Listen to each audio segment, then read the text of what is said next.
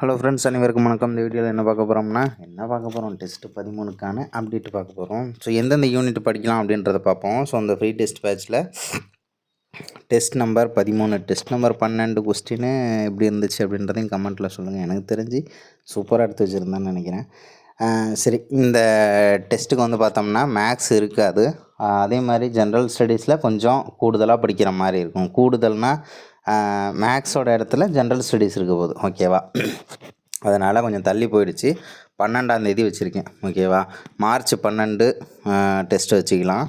அதே மாதிரி என்னென்ன படிக்க போகிறீங்க அப்படின்னா, 11வது புத்தகம் பழைய தமிழ் முழுவதும் பாடத்திட்டத்தில் உள்ளவை மட்டும் அப்படின்றதுனால, ஏன்னா 10th வரைக்கும் மேக்ஸிமம் எல்லாம் ஓல்டில் ஓரளவு ஐடியா இருந்திருக்கும். 11th 12th ஓல்டு அப்படின்னு பார்க்கும்போது பெருசாக ஐடியா இருக்காது. ஸோ அதை வந்து தெரிஞ்சுக்கோங்க. ஆல்ரெடி நீங்கள் படித்த டேட்டா தான் பாதிக்கு மேலே இருக்க போகுது. ஸோ அதை விட கூடுதலாக அது இருந்துச்சுன்னா அதையும் வந்து நீங்கள் தெரிஞ்சுக்கோங்க. 11வது புக்கு ஓல்டு தமிழ் புக்கு சிலபஸை பேஸ் பண்ணி பார்த்துக்கோங்க. ஓகேவா? ஏன்னா எல்லாத்தையும் பார்த்துட்டு ஏன் அதை மட்டும் விட்டுட்டு போகணும் அப்படின்ற மாதிரி. ஸோ அடுத்தது வந்து பார்த்தோம்னா 11ஆம் வகுப்பு இந்திய பொருளாதாரம். ஸோ அதில் வந்து என்னென்ன இருக்குது அப்படின்னா, இதில் 2 பாடம் தான். இந்திய பொருளாதாரம்ன்றத ஃபஸ்ட் யூனிட்டையும் திரும்பவும் சேர்த்து படிக்காதீங்க. படிக்கிறதுனால தப்பு கிடையாது. 11ஆம் வகுப்பு இந்திய பொருளாதாரம். ஸோ அந்த புக்கில் வந்து இந்தியாவின் மேம்பாடு அனுபவங்கள்னு ஒரு பாடம் இருக்குது. இந்தியாவின் மேம்பாடு அனுபவங்கள் அப்படின்னு ஒரு பாடம் இருக்குது.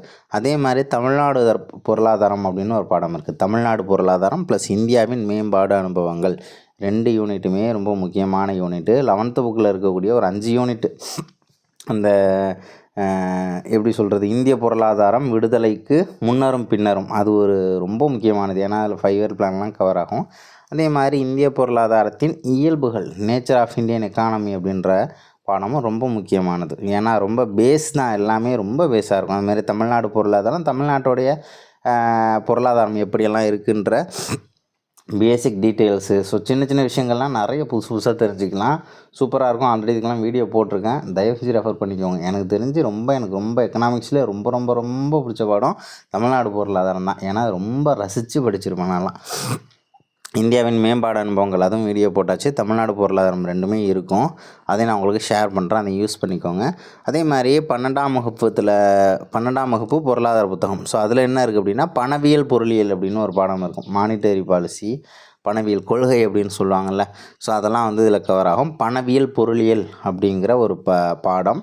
ஸோ இந்த பாடம் இதில் இருக்குன்னா 12th எக்கனாமிக்ஸ் புக்கில் இருக்குது.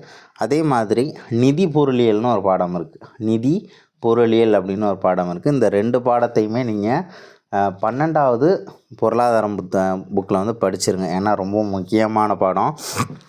எக்கனாமிக்ஸை பொறுத்தவரை நம்ம படிக்கிறதே ரொம்ப செலக்டடாக தான் படிச்சுக்கிட்டு இருக்கோம். ஓகேவா? ரொம்ப அன்வான்டாலாம் நம்ம போகிறது கிடையாது. அன்வான்டாக எக்கனாமிக்ஸில் அந்தளவுக்கு படிக்கவும் முடியாது. ஏன்னா வந்து இப்போ வெளிநாட்டு பொருளாதார அறிஞர் இதை சொன்னார், அதை சொன்னார், லொட்டு ஸ்குனியாகப்பட்டது வரும். நம்ம பொருளாதாரத்தை படிக்கிறதுக்கு வரல, நம்ம பாஸ் பண்ணுறதுக்கு தான் வந்திருக்கோம்.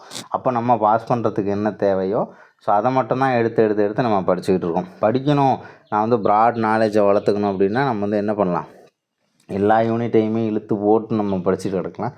ஸோ அதில் வந்து எனக்கு இன்ட்ரெஸ்ட்டு கிடையாது. ஸோ எது நமக்கு முக்கியமாக 11th புக்கில் ஒரு 5 யூனிட் இருக்குது.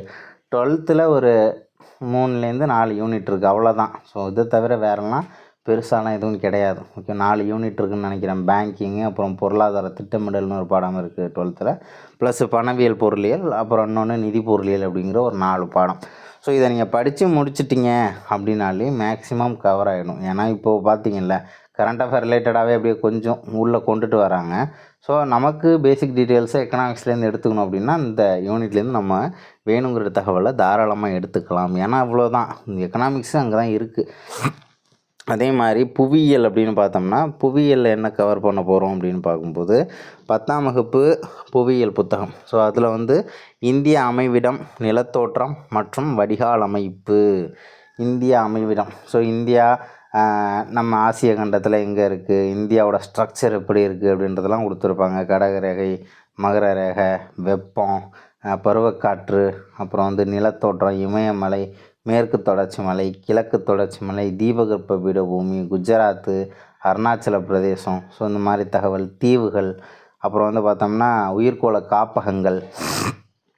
அடுத்தது வந்து பார்த்தோம்னா அடுத்த யூனிட்டில் வந்து தாவரங்கள் ரிலேட்டடாக வரும். தாவரங்கள், ஸோ இந்த மாதிரி மழைப்பொழிவு, ஸோ இது ரிலேட்டடாக உள்ளது மட்டும்தான் ஃபஸ்ட்டு 2 யூனிட்டு. அதே மாதிரி ஃபஸ்ட்டு யூனிட்டில் நமக்கு ஆறுகள் அப்படின்னு ஒரு டாபிக் வரும். ஆறுகள் அப்படிங்கிறது ட்ரைனேஜ் சிஸ்டம் இல்லையா, வடிகால் அமைப்பு. ஸோ வடிகால் அமைப்பில் ஆறுகள் டோட்டலாக கவர் ஆகும். ஷார்ட்கட்டு தாராளமாக நம்மளோடது கிடக்கு நம்ம சேனல்லையே. போயிட்டு பாருங்கள், ஆறுகள்னே ஒரு டாபிக் ஒன்று போட்டிருப்பேன் ப்ளேலிஸ்ட்டில். ஸோ அதில் வந்து ஆறுகள் மொத்தமும் என்ன ஒரு 1/4 மணி நேரம், ஒரு 1/4 மணி நேரம் மட்டும்தான், மொத்தமும் முடிஞ்சிடும். ஈஸியாக கதையாக படிக்க போகிறோம், அவ்வளோதான். ஒன்றும் கஷ்டப்பட்டே படிக்கக்கூடாது.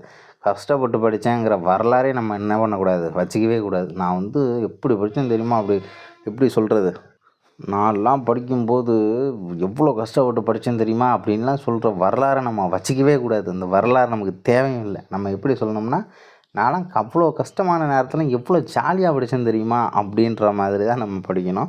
ஸோ அதுக்கான ஷார்ட்கட் எல்லாமே அப்டேட் பண்ணியிருக்கேன். நான் உங்களுக்கு லிங்க்கும் ஷேர் பண்ணுறேன், அதையும் யூஸ் பண்ணிக்கணுங்க. தாராளமாக நீங்கள் யூஸ் பண்ணிக்கோங்க. இந்தியா காலநிலை மற்றும் இயற்கை தாவரங்கள் ஃபஸ்ட்டு 2 யூனிட்டு. சிம்பிளாக சொல்லணும்னா 10th ஜாகிரஃபியில் ஃபஸ்ட்டு 2 யூனிட்டு, ஓகேவா. ஸோ அதே மாதிரி எக்கனாமிக்ஸு 12th வந்து பார்த்தோம்னா பணவியல் பொருளியல், இன்னொன்று நிதி பொருளியல். 11ஆம் வகுப்பு எக்கனாமிக்ஸ் பார்த்திங்கன்னா இந்தியாவின் மேம்பாடு அனுபவங்கள் அப்படின்ற ஒரு பாடம். இதுமாரி தமிழ்நாடு பொருளாதாரம் அப்படிங்கிற ஒரு பாடம். அதே மாதிரி 11ஆவது புத்தகம் பழைய தமிழ், அதையும் வந்து பார்த்துக்கோங்க. ஏன்னா வந்து டேட்டாஸ் நிறைய இருக்கும், இல்லாமலாம் இருக்காதுல்ல. இந்த பிரித்து எழுதுக்கெல்லாம் கன்ஃபியூஸ் பண்ணி விட்றாங்களே நம்மளை. பிரித்து எழுதுக, இந்த இது வருதில்ல, ஒலிக்கு ஏற்ற அர்த்தத்தை கொடுக்கறது, ஓர் எழுத்து ஒரு மொழி, இந்த மாதிரியெல்லாம் இப்போ புதுசாக எடுக்கிறாங்கல்ல. ஸோ அதெல்லாமே நமக்கு மேக்ஸிமம் தெரியாத டேட்டாவாக இருந்துச்சுன்னா அது ஓல்டு புக்கில் கவர் ஆகும். ஸோ அதனால் ஓல்டு புக்கை பாருங்கள் நல்லா. ஏன்னா அந்த பழைய புக்கை படிக்கும்போது அங்கேயும் போயிட்டு வள்ளுவனை பெற்றதால் பெற்றதை புகழ் வையகமேங்கிறத ஹைலைட்டை வச்சு தேய்க்காதீங்க. அதெல்லாம் விட்டுருங்க, ஸ்கிப் பண்ணிடுங்க, அப்படியே ஸ்கிப் பண்ணுங்கள். மேக்ஸிமம் உங்களுக்கு தெரிஞ்ச தகவல் தான் நிறையா இருக்கும். தெரிஞ்ச தகவலை தயவு செஞ்சு விட்டுருங்க. பாரதியாரோட பாட்டு 30 கோடி முகமுடையாள் அப்படின்லாம் இருந்துச்சுன்னா விட்டுருங்க. அதெல்லாம் போட்டு திரும்பவும் அண்டர்லைன் பண்ணி திரும்ப நீங்கள் எடுத்து பார்க்கும்போது உங்கள் கண்ணுக்கு வந்து ரொம்ப ரேராக தான் ஒரு பாயிண்ட் தெரியணும். அப்படி இருந்தால் தான் ஈஸியாக நம்மளால் முடிக்க முடியும். அதே மாதிரி புக்கு அப்படி லைட்டாக திருப்பி பார்க்கும்போது இருக்கிற எல்லா பக்கத்துலேயும் ஹைலைட் பண்ணி வச்சுருந்தோம்னு வச்சுங்களேன். ஸோ 10வது புக்கு படிச்சிருப்போம்ல, நம்ம நல்லா ஃபுல் ரிவிஷன் பண்ணியிருப்போம்.